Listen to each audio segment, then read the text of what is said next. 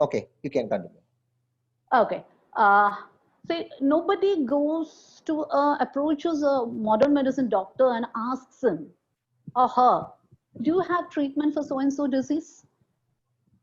Still the public ask us. You might have heard that question, and we are not considered equal to a modern medicine doctor. To be frank, most of our doctors or homeopaths, they feel they are below. We are below. Homeopaths are below. I'm not criticizing, but I'm really sad about that. And some even argue that homeopaths should not use the title doctor. We have heard a controversy recently.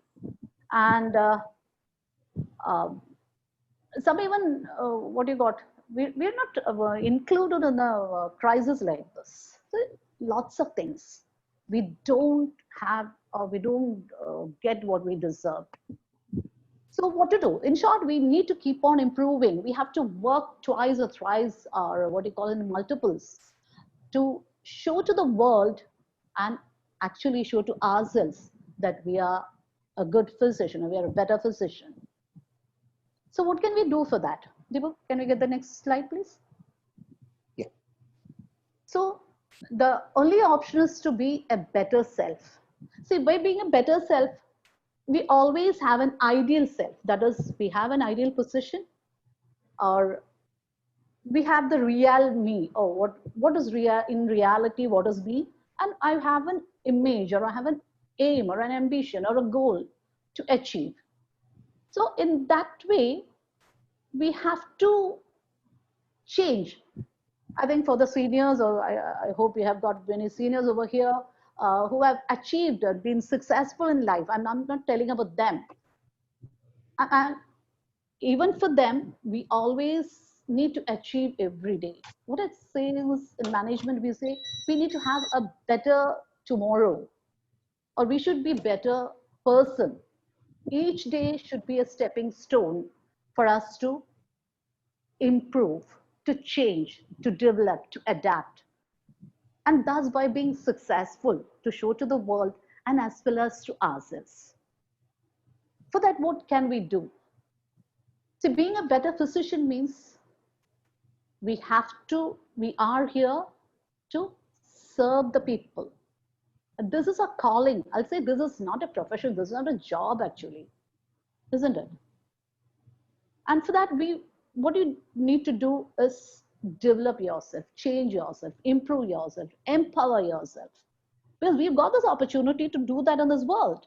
Nobody is going to stop us from that. For that, we actually do in the management training, what we do is a SWOT analysis. While I go through this point, just think about yourself. I think this is an opportunity where you can think about yourself without any interruption, actually. SWOT is actually, I know many of you are familiar with this, the strength, the weakness, the opportunities, and the threats. The strengths, yes, each one of us have few strengths. Are we aware of that? Do we know what are our strengths and what are the weaknesses? Fine, maybe we have plenty of that. If you are asked to write it down, you will be having plenty of weaknesses. Forget about that. And what are the opportunities? Actually, we are not aware of the opportunities that come our way. Whenever a case comes, we are not confident to take it up. Maybe that was an opportunity to show to the world and show to ourselves that, yes, I am capable. Due to lack of confidence, Hello. we'll say that, okay,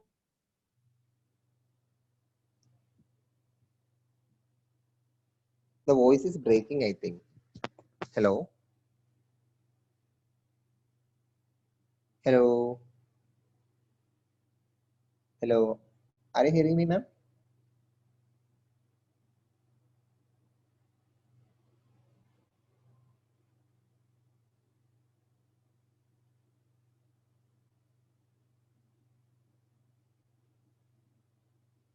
Hello. I think she got some network issues out there.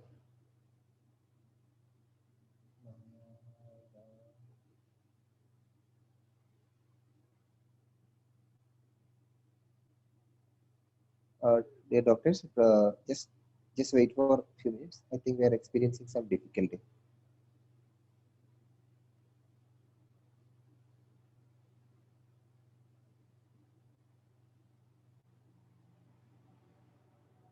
എന്താ പറ്റിയ connection പോയേ? ഒന്നുകൂടെ കേറാവോ? കേറിയിട്ടുണ്ടോ? കേറിയോ?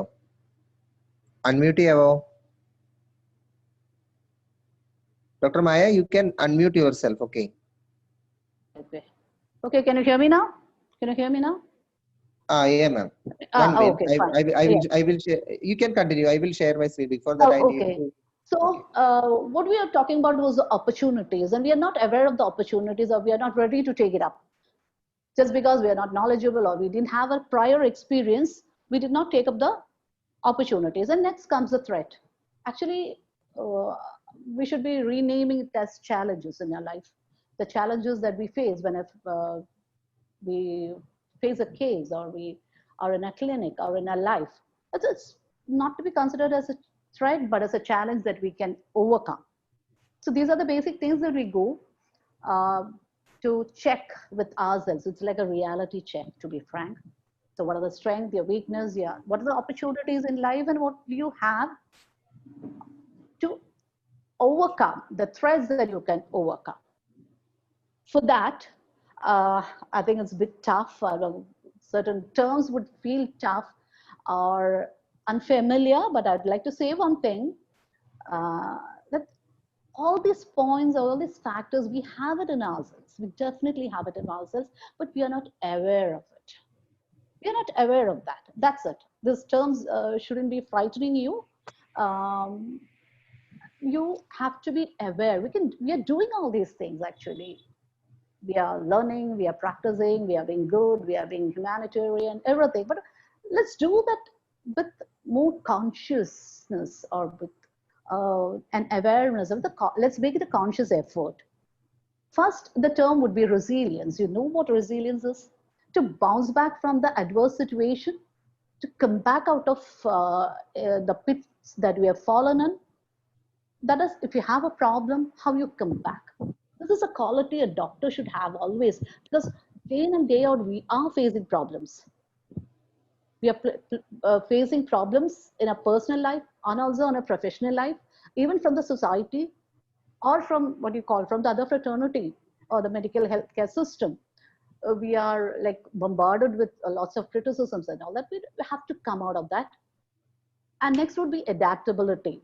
As I said, we have to adapt to new situations like this COVID-19 situation. We need to find a new normal. We can't just say that, okay, I've been living like this and I'm gonna live like this forever. No, we can't do that. The next most important point would be commitment. Why do we need commitment? See, commitment gives us a direction and meaning to their work. Unless you're committed, you are not going to adapt and you're not going to be resilient. Because I've seen doctors, they're really talented, really knowledgeable. They begin a dispensary, they'll start a clinic, sit there for a few months. They feel that, okay, I'm not getting enough patients and I'm not being successful as I wanted. They stop that and go to somewhere else. They keep on changing. And some people I've seen that after practicing for some time, they just switch the profession.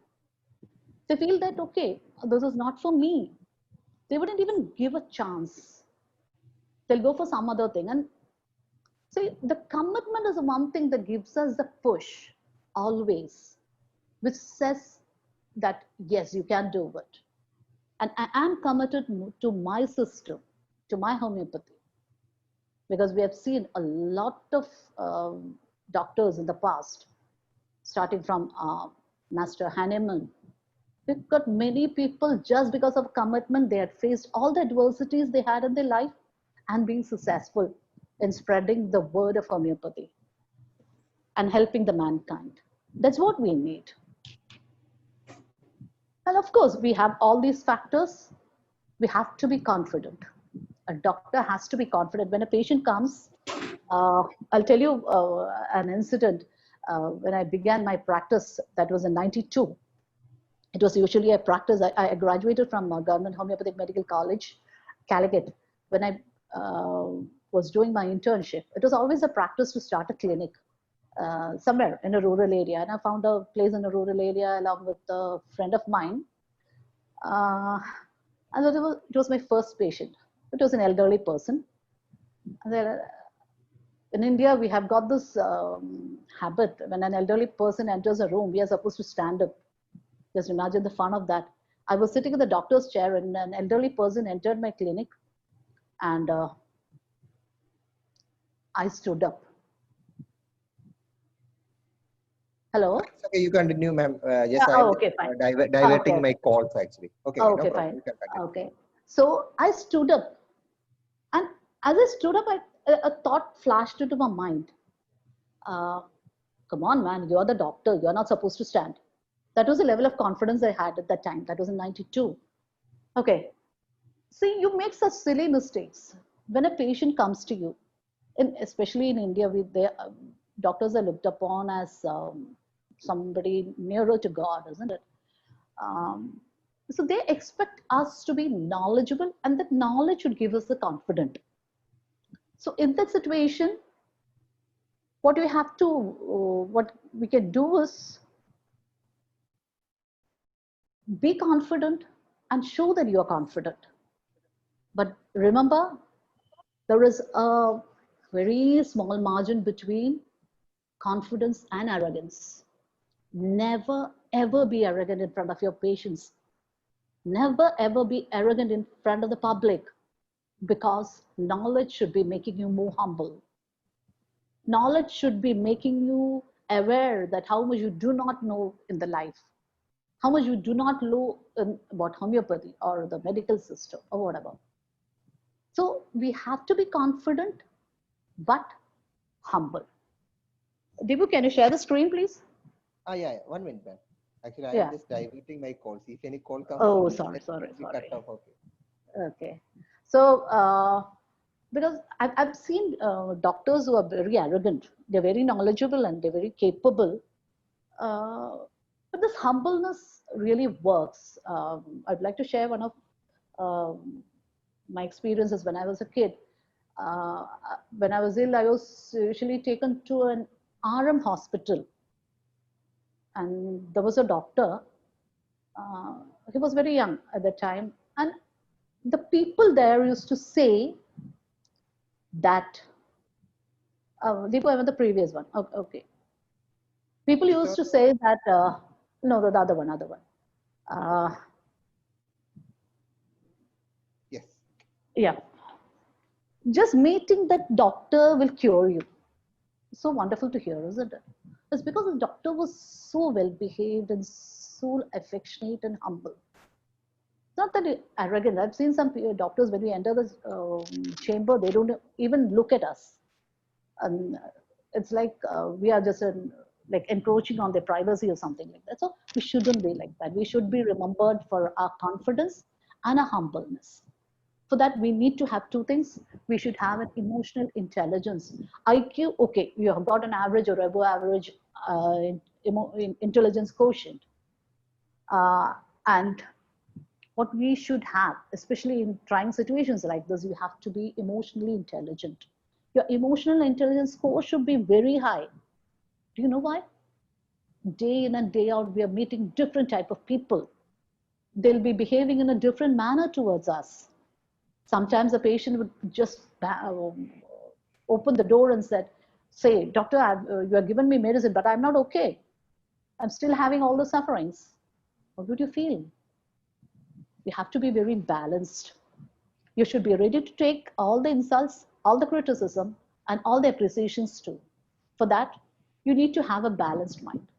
That is what you call the emotional intelligence. You should not be emotionally turbulent, especially we homeopaths, we can't afford to be emotionally turbulent. You know why? Because we're dealing with people and they'll be talking to us about their personal issues. You know, when you have a chronic case taking, you'll go to their past or what they're suffering.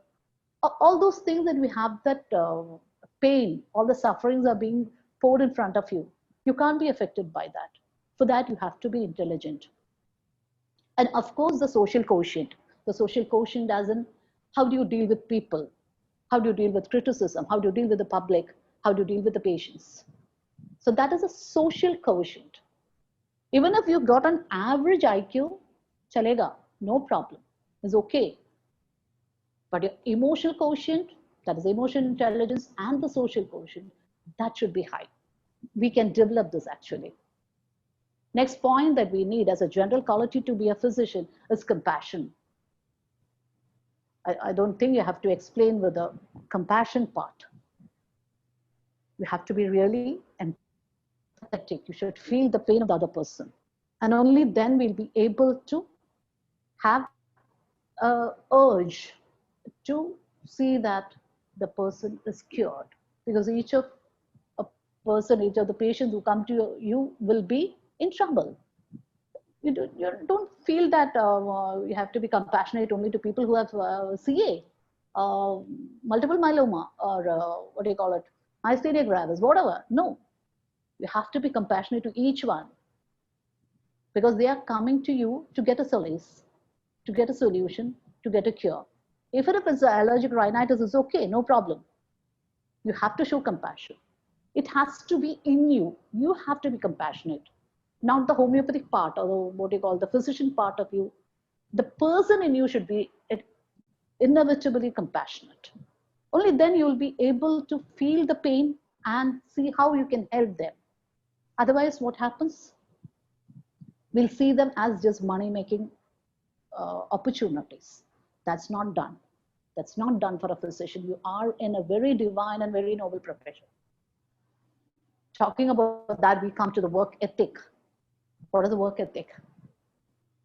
It's the upholding the values and goals of a system that we are practicing.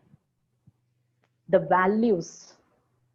See, in Organon, the aphorism itself says the physician's high and only mission. The term mission, the calling is very important. That is our ethic. Whatever you do, you should see that you are not violating all these ethics. You're not violating the so-called norms of being a physician, because we are human beings. We are tend to make mistakes. I'd like to say that one of the incidents when one of my friends from my school actually, nowadays we have got a lot of WhatsApp groups. In one of the groups, one of my friends posted his USG abdomen, which said he had grade 2 fatty liver. And always just reading and saying, because many of them were not doctors. And one of the classmates is a doctor, is a specialist actually. He made a comment that really rattled me. The comment was, I'll say it in Malayalam and explain that in English. Ninde liver ആരുടെയോ Mercedes Benz ആണ്. It means your liver is some doctor's Mercedes Benz. You got the point? I hope you got my point. That is, a person who is ill is seen as a money making. I was really rattled and I just shouted at him. Personally called him and shouted. That should not be your aim. We should have a certain work ethics. That is what will help us to be great physicians. Do not ever compromise on your work ethics. For that, the next quality would be thinking is a passion for learning. Without a passion for learning, you are done. Because like Dr. Ken said, if you don't learn, if you don't improve, you're always a beginner. See, you have always to update. You have to stay abreast of the developments of this medical profession. We usually say that once a doctor, you're always a student. The learning never ends. And you should be passionate about that. I remember our teachers saying, read at least a medicine. Take your Materia Medica, read at least one medicine. How many of us are doing that? We'll go to the Materia Medica or to the repertory only when we feel that we are stuck somewhere. Otherwise, we don't read nowadays. Please learn each and every day, because we don't know the whole world is changing. New technologies, new inventions, new discoveries in the medical field. And you can't just say that, I don't know that. You are supposed to know. You are supposed to know that. For that, the learning should be a part of your life. It's not like you learn, okay, I'll learn for a few days and stop it. No, you are learning. You need not take up a book always. What I would say is when you listen to webinars like this opportunities, you get a seminars, you please don't take the screenshots. And even if you are taking the screenshot, see that you keep a notebook on your table in your clinic. Write down all these points so that when you're free, you can look into it. Because if you're taking the screenshots, after some time, it's like you just forget. And when your memory is over, what you do is you just delete that. The next point is empathy. You know what empathy is, isn't it? I'll explain about empathy later. Next one, what you should have is trustworthiness. The patient should trust you. The trust is very important because they will come, especially as homeopaths, they'll be telling us many things about their life. We are not supposed to share that with unnecessary people. We are not supposed to share that with anyone. And the person should have a trust. How do you ensure that you are a trustworthy person? For example, if a person who has depression or a panic attack or anxiety or bipolar disorder or whatever, or for that matter, any disease that he doesn't want others to know, we meet that person on a social gathering. We just can't go up and ask him, hello, so and so, how was your anxiety? Or how was your bipolar disorder? Are we supposed to do that in public? No. This, the person's secrets should be safe with us. Only then he'll come and trust us with their lives. And of course, we have to be patient. Really, patience does work. Because, see, when a patient comes to us, we expect them to change. I'll tell you, for example, the diet and regimen. Do you expect the person to change within a day? Unless he is very sick, he is not going to change. The lifestyle. So we have to be very patient about that. We have to tell them, be very genuine, be open, be very sympathetic and compassionate, and make them understand the need of all the changes. That this patients, I was saying this at a very small example. And as far as the success part, we have to be very patient. Success doesn't come overnight. We are not movie stars so that every Friday we have a star coming out. Our success is based on our past life, our past practice, how we deal with people, our percentage of success in cases. And as I said, the solid ethical core, that is very important. The ethical core is very important for each person. For this, I'll tell you one thing. We meet different type of people. We get into good relationship with them, or that might flip or cross the boundaries. Or another thing is about the money. Money is always a thing that tempts us, isn't it? The ethical core, if it's very strong, we won't do anything wrong. As I said earlier, no homeopath would look at a patient and say that, okay, that is my Mercedes Benz. We are not supposed to say that. We have to be real, genuine, and very humane to say that in a simple term. Next comes a cross-cultural sensitivity, because as we know, there's a global village. We have people from all over the world staying everywhere. The patient in front of you could be from another state, another country, from a different religion, or from a different area, whatever. Whoever is sitting in front of you, we have to be aware of their lifestyle, their regimen, their food habits. You just can't make a declaration. You have to see what the lifestyle is. For this, I would like to, I remember one of the experiences that I had when I was practicing in a rural area of Malappuram. When a patient came, I was taking the case, it was somewhere around 60.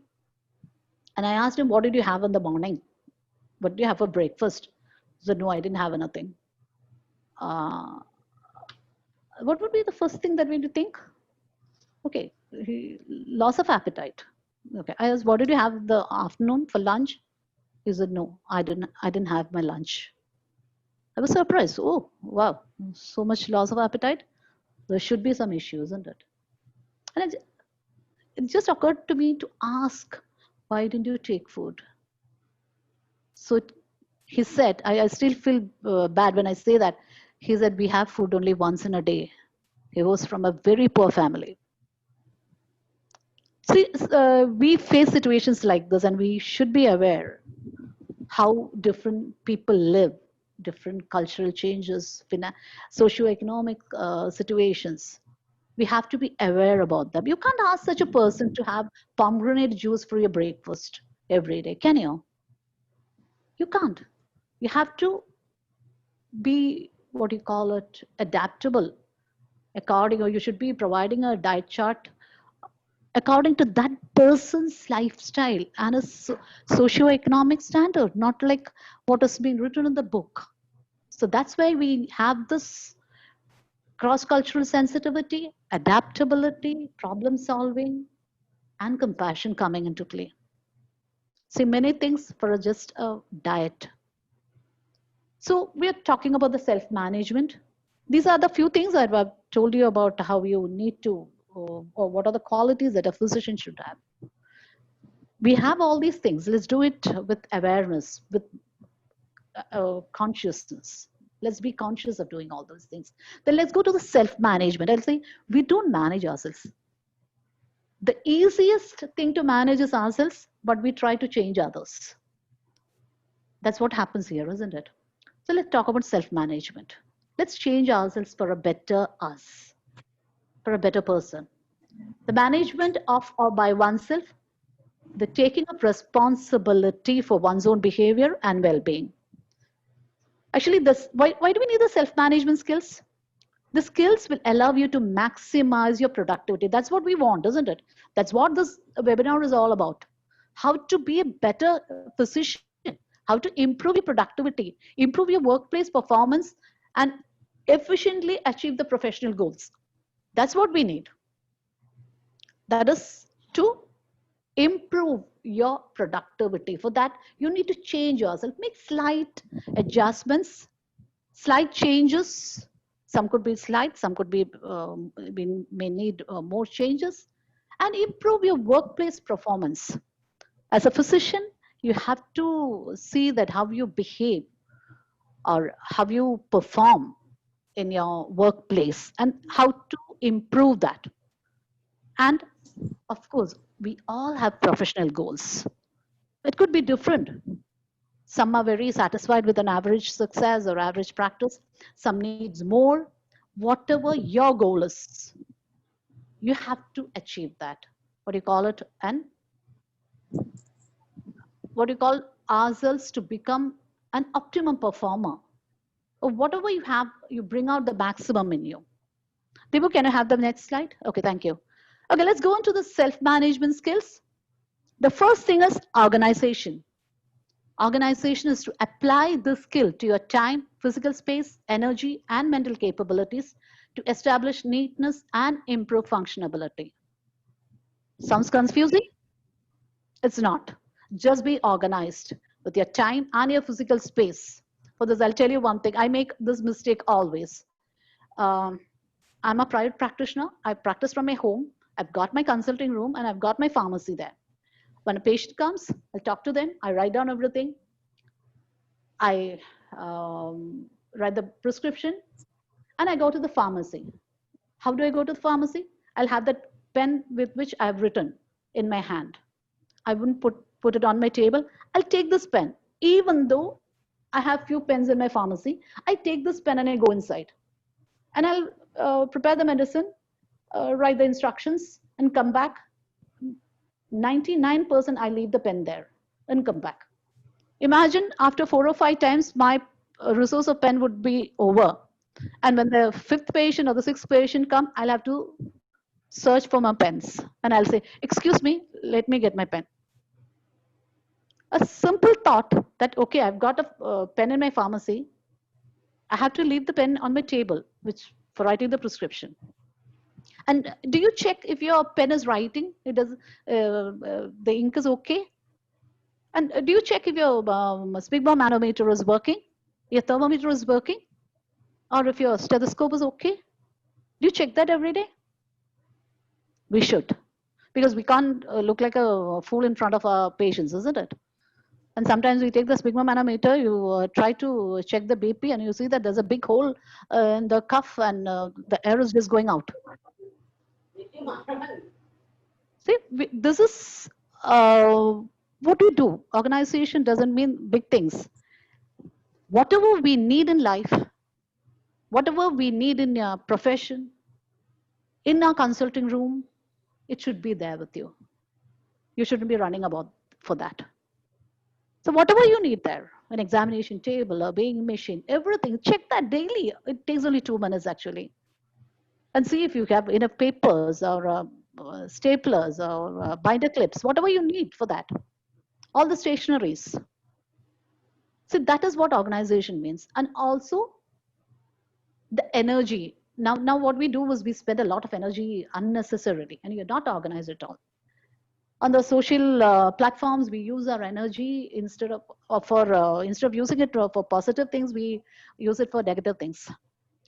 Unless and until we post a few things on our Facebook, our day is not done, isn't it?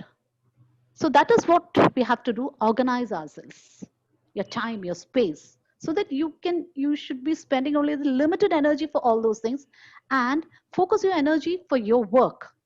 That's most important in our life, isn't it? Then goal setting. Yes, goal setting doesn't mean that you have to be someone like Master Hahnemann. No, very small goals. How many medicines you would read, or what are the articles you are going to read in next few weeks or next few days. You should have a long-term, short-term, and an immediate goal.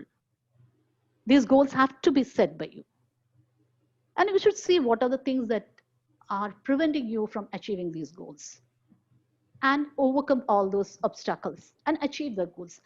I'm telling you, all these things are easy. It's just because we are not consciously doing that. Next is time management. You know how to do. Prioritize your task. We do that, isn't it? Usually do that.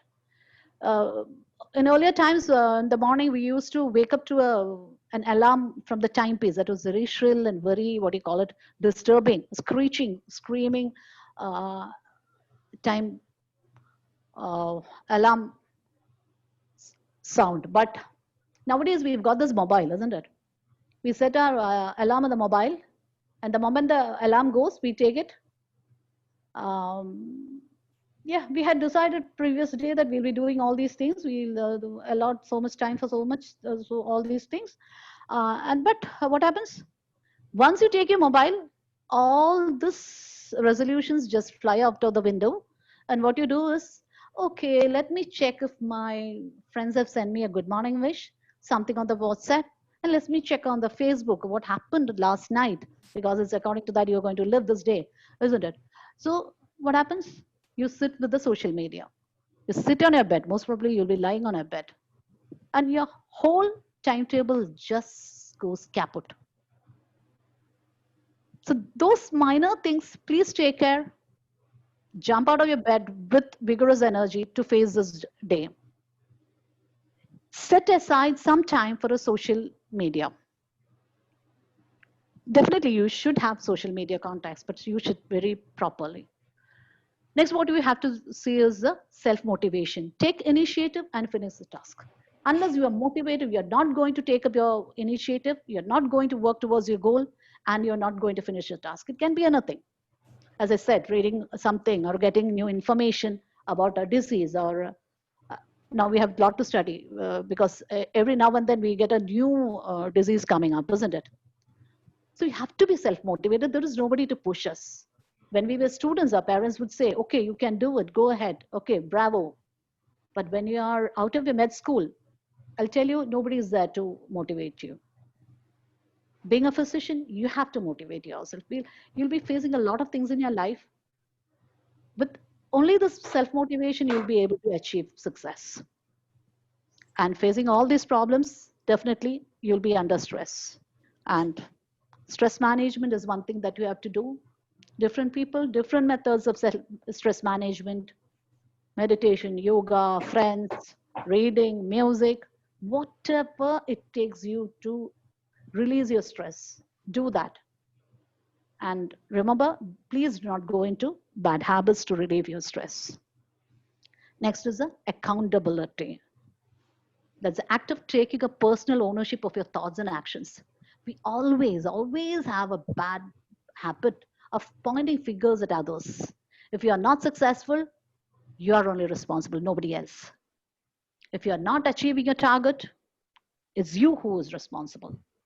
You have to take personal ownership of what you have done, because you can't put it on someone else's head. You can't say, I did not read the book just because of somebody else. I could not do this because of somebody else. No. See, these things are the personal, innate, or what you call the deep down things that you have to know. Next, how we can improve the self-management skills is actively focus on what you can direct, evaluate, and improve your daily task. We don't usually take what you call take stock of what is happening in our life. What's happened last week, last month, or last year? We have to evaluate how much you have improved. Wherever you have made mistakes, you have to actively focus on that.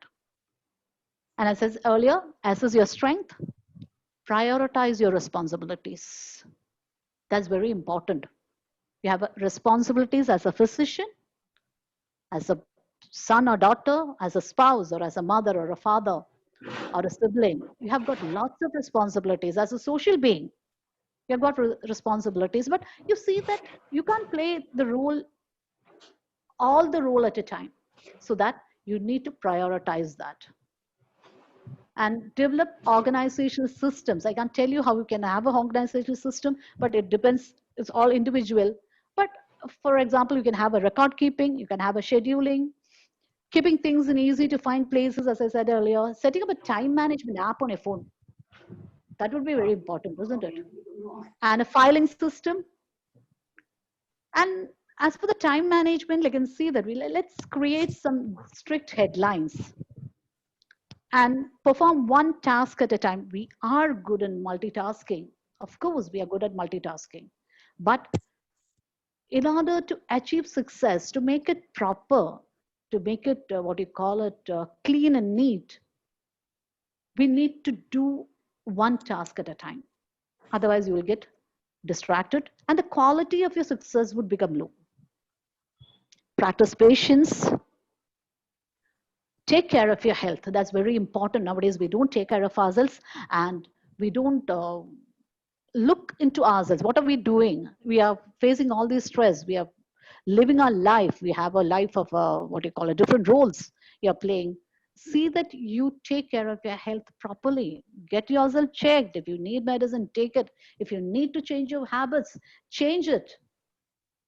If you have to bring in a new habit, please bring it in, because you are a physician and you are here to change lives of other people. You're not supposed to go back. You're not supposed to be ill. You're supposed to be active, healthy, and happy. Because this life is to be used for the higher purpose of existence. We are here to help other people. To help other people, we have to help others. So stay healthy. And of course, evaluate your progress as a person, as a physician, and as a student. The three aspects, the main aspects of us homeopaths, we have to see and how you can evaluate your progress. For that, we can do what do you call it? We can give a record also. I'm not talking about the number of patients, okay? The number of the cases that we have done, or how we thought. For each case, you just note down the case and what was the thought process behind that. Please note it down and keep it on a table. You can just go through it when you're free. These are the things that we need to change in ourselves. We have went through the qualities of a physician. How to change? I told you this very short session, and we need a lot of time to explain all this. But I'm going to the next part called the relationship management. You don't invest in relationships nowadays. That's the reason we have got lots of divorces, lots of issues in the family. Let's see what are the relationships that we need to take care of, or how do we manage. Of course, you all have a beautiful life, beautiful relationships. Let's make it more beautiful. For that, let's think about a family first. Dibu, can you go into the another slide? Family. Actually, family is our anchor. Whatever we are the part just because of a family. We'll feel that our daddy did not take care of us, or mom did not express the love as in the movies, making gajar ka halwa and bringing us all those things. But yes, our spouse, our kids, our friends, all our anchor. We need them because in our times of struggle, we need someone to, someone's shoulder to lay and cry, isn't it? To share our problems with. If you're an average success, yes, to motivate us and to share our job or share our responsibilities, we need a family. It could be a spouse, it could be a sibling, your kids. That relationship, you should see that is more beautiful. Invest in them. Invest in those relationships so that it becomes more beautiful, more easy. And of course, when you're super successful, what happens? You don't have time for your family. See that whatever time you spend quality time. Because for your lack of presence in your family, other family members will definitely take up your role. And they will also realize that if papa or mama is late to come, whatever time is there, he or she is going to spend with us in a happy manner. I remember one of my classmates, he's from Malappuram. He used to say that he reaches his home by 9:30. By the time his little kids would go, I've gone to bed.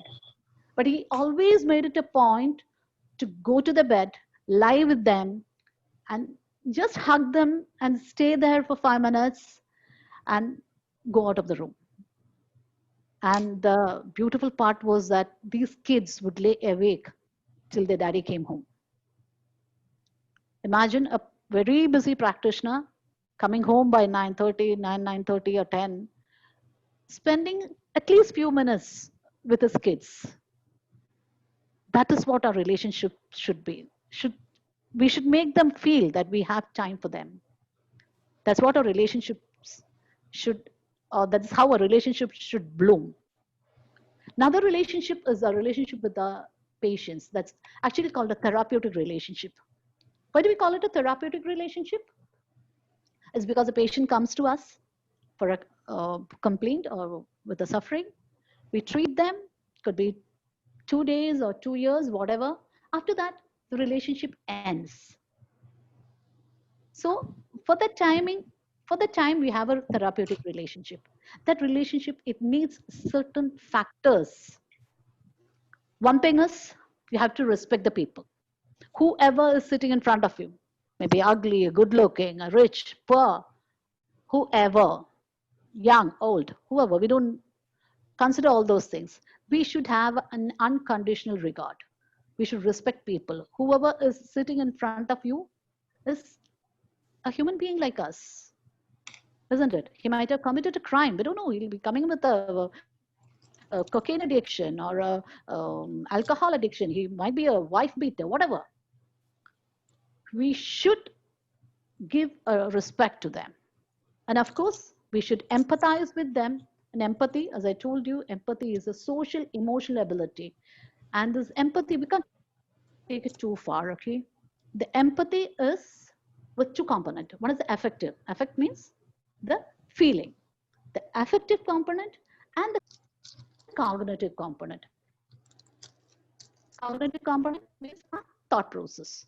So affect or the feeling should not be so much out of the way to help the patient. There should be a border. Because after you have a good relationship with the patient should feel that we are genuine, we are outgoing, we are helping, we are very compassionate. And sometimes at that moment they expect something more from us. That is not like, unlike a physician's duty. So we have to be very cautious. The empathy should not be so much so that we are forced to do something that we are not supposed to do. We have to support the patients, yes, support their thoughts, support them, not financially or any other means. We have that boundaries. Our responsibility, as you know, is to treat and promote health and embrace the power of information and communication technologies. In times like COVID, actually, now I'm in Chennai, I'm supposed to be in Kerala, but I meet my patients through this social network or the communication technologies. But see that you don't use it too much. Don't expect your, don't send good morning and good afternoon to your patients. Only for the information, that is very important. Use that communication technologies for that. And when you talk to your patient, you have to ask courteous questions. Let the people talk. Because as homeopaths, we need the finer shades, finer nuances of emotions, of feelings, the different shades of pains, of sufferings. We need all these things. And only when the people feel that they are free to talk, they can talk to us freely, they'll come out with all those things. Because we know even the pain, we have a lot of rubrics because we have got different types of pain. Or on the mental side, the mind chapter, it's got a lot of finer shades, isn't it? For that, the patient should be comfortable. For that, we have to be very courteous. Aggressiveness doesn't work. Showing off that you are a doctor doesn't work there. Talk to them. Be an active listener so that they also feel that we are really concerned. Yes, we are really concerned about them. Only then they'll come out with all their sufferings. That's important for us as symptoms for the prescription, not for anything else. Remember that. Listen to them very carefully. That's what we have to do. And of course, when you are supposed to give an advice, please give them unbiased uh, advices and also include them in decision making in their healthcare. As I told you, people are coming from the different walks of life. Their lifestyles are different, their eating habits are different, the living conditions are different. So when you devise or design a system for them, we should know what or how they are living. So we can incorporate them in like diet and regimen, exercise, whatever their lifestyle, their eating habits, even their work schedule. So if the person is having always night duty, night shift, that's a big problem, isn't it? So all these things we have to keep in our mind. And of course, use appropriate boundaries with the relationship, the therapeutic relationship, use appropriate boundaries. Being a psychologist, we always used to say that when you have a very good relationship with the patient will tend to have a projection, like, or will become so much dependent on the doctor that the doctor will start feeling uncomfortable. Number one. And number two, these appropriate boundaries should be maintained because even though you are concerned and empathetic, affectionate, and helping and genuine, they should know that this is a professional relationship, that boundaries should not change.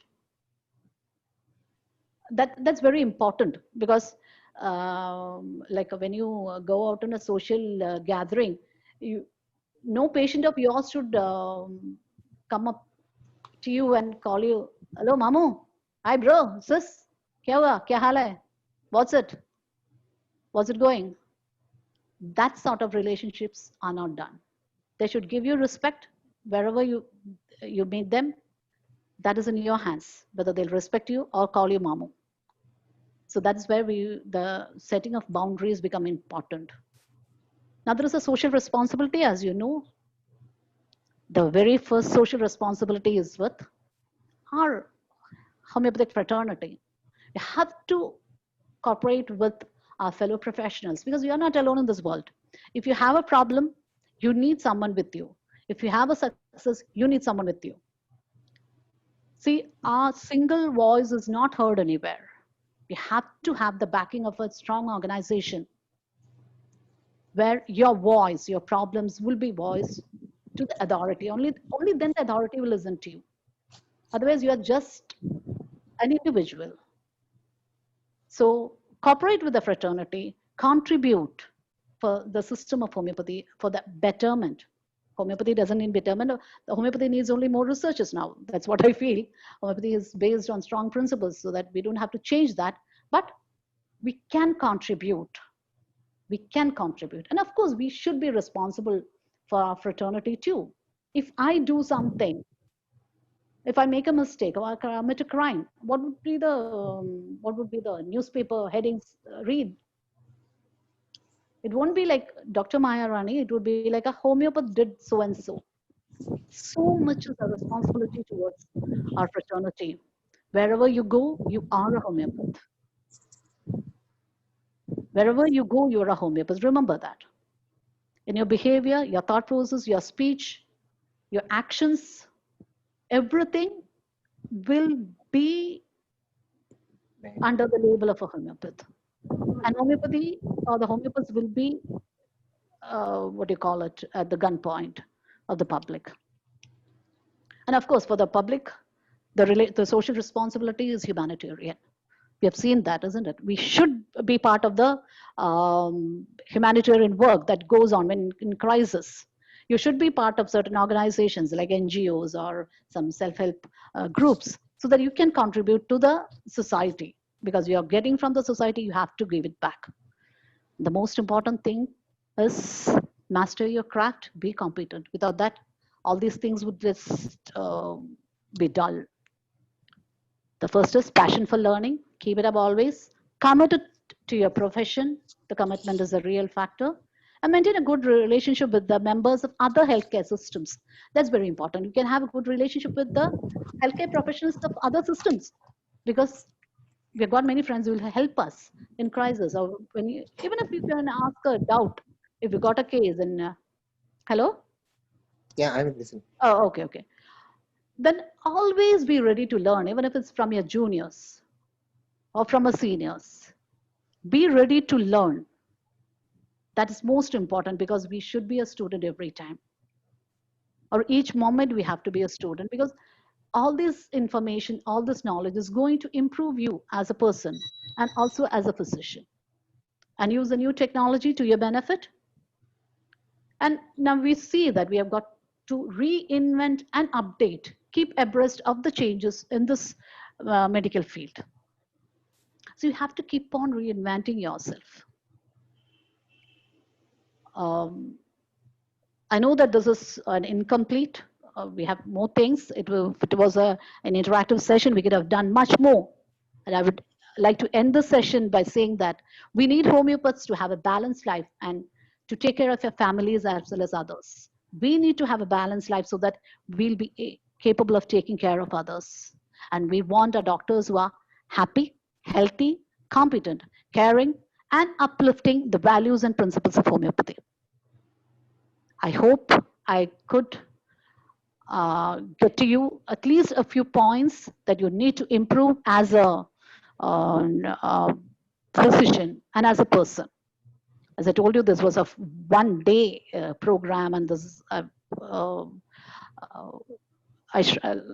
limited it to an hour. I don't know if you have left out the points. I will clear out the chat. Actually, I was just I don't know how that happened. I was off the chat actually. I will on the chat. If anybody having any doubts, can you put that in chat box so that we can have an interactive session.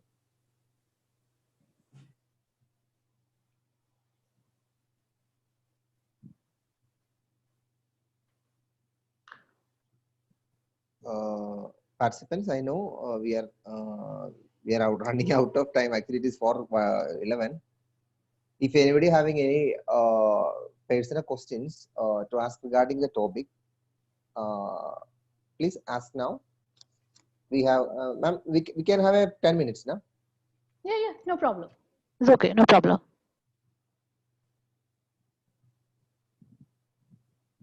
How to make good relationship with our senior doctors? Okay, that's a very good question, because actually in our times, I'm not criticizing anyone, but we used to look at our teachers or seniors with great awe, lot of respect, that we had difficulty in approaching them. But nowadays it has changed. Nowadays, each and every senior person are ready to help, Now we have got to this communication technology. You can use that and send a message. When can I call you?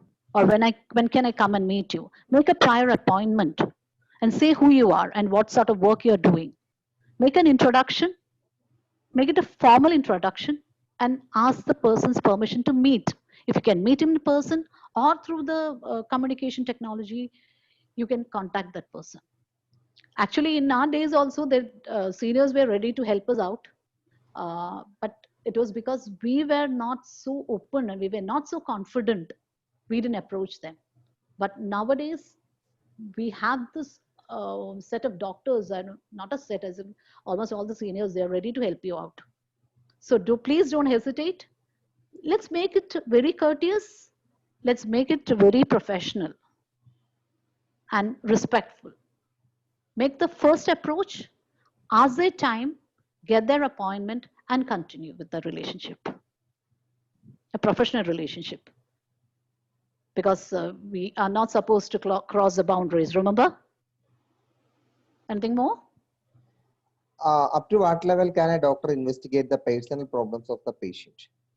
Yes, the investigating a personal problem. See, if it's an emotional issue or a mental disease, we definitely have to dig deeper.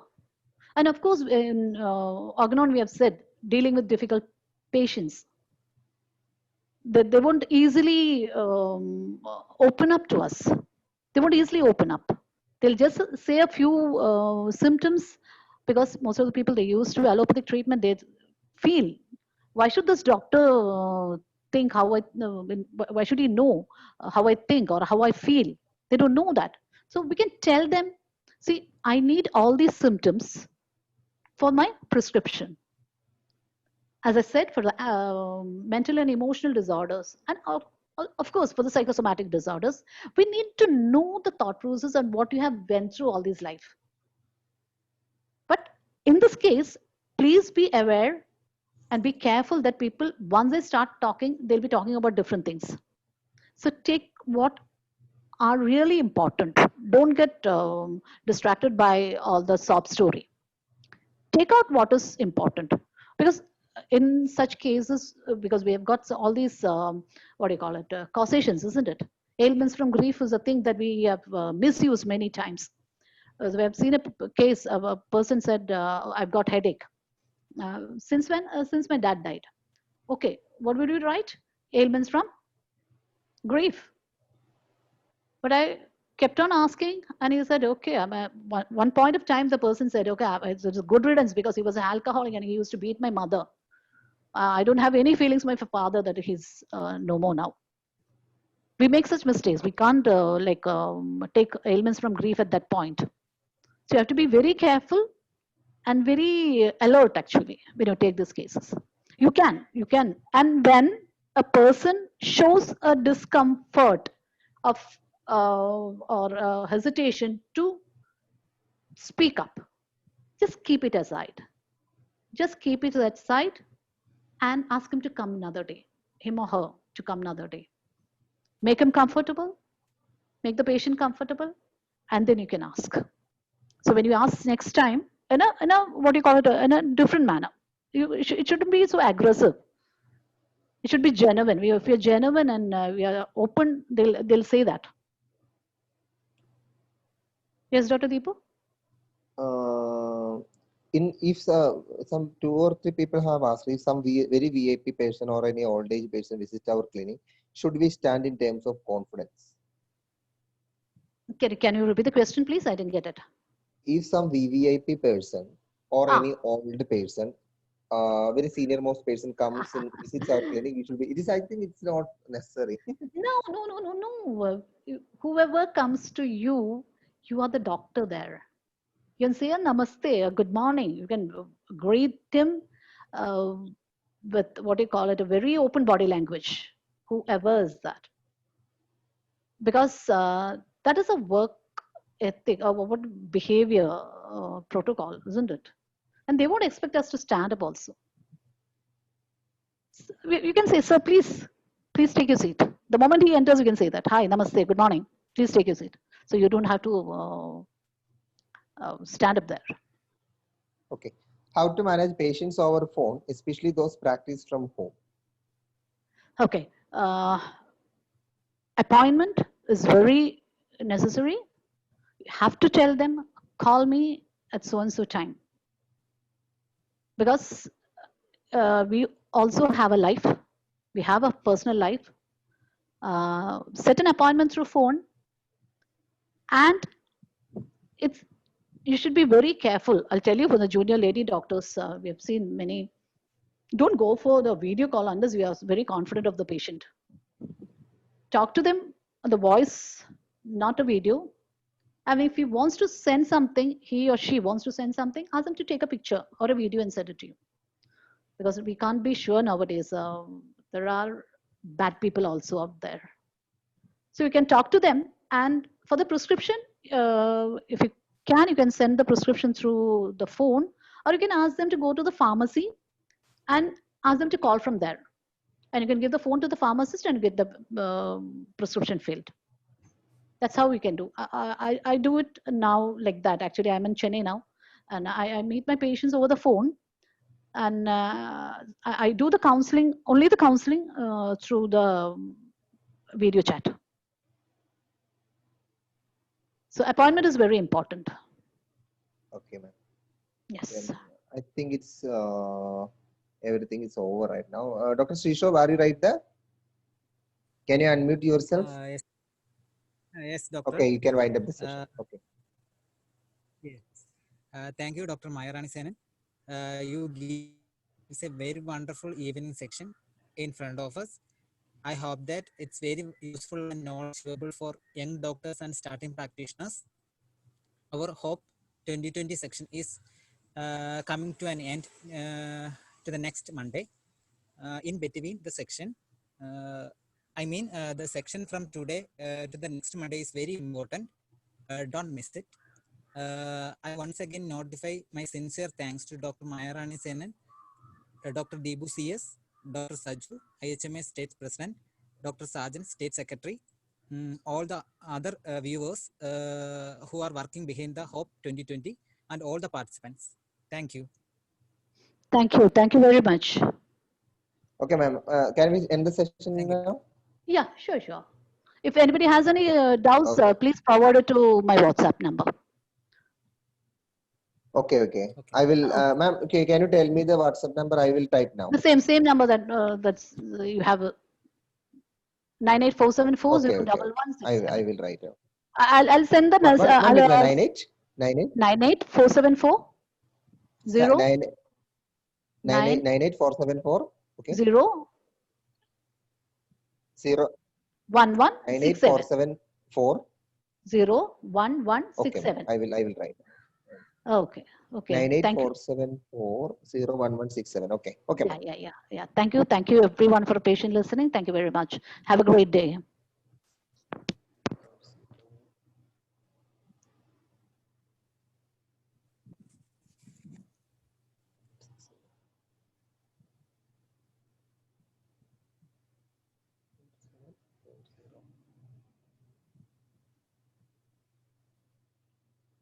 Okay, so I have written the name in the chat box. It is 9847471167. Okay.